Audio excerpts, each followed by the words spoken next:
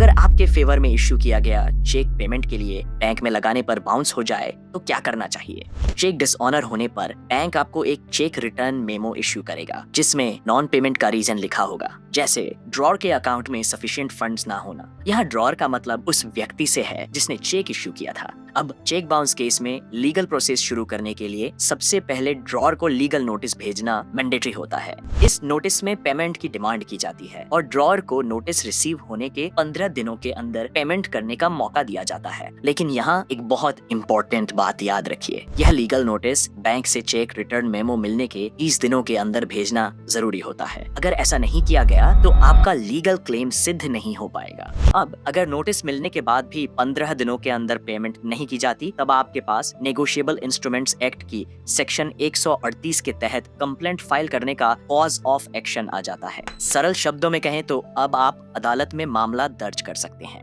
और अगर कोर्ट में चेक की एग्जीक्यूशन और नॉन पेमेंट प्रूव हो जाए तो ड्रॉर पर क्रिमिनल लायबिलिटी बन सकती है। कोर्ट ड्रॉर को 2 साल तक की कैद या चेक अमाउंट के डबल तक फाइन या दोनों की सजा कर सकती है।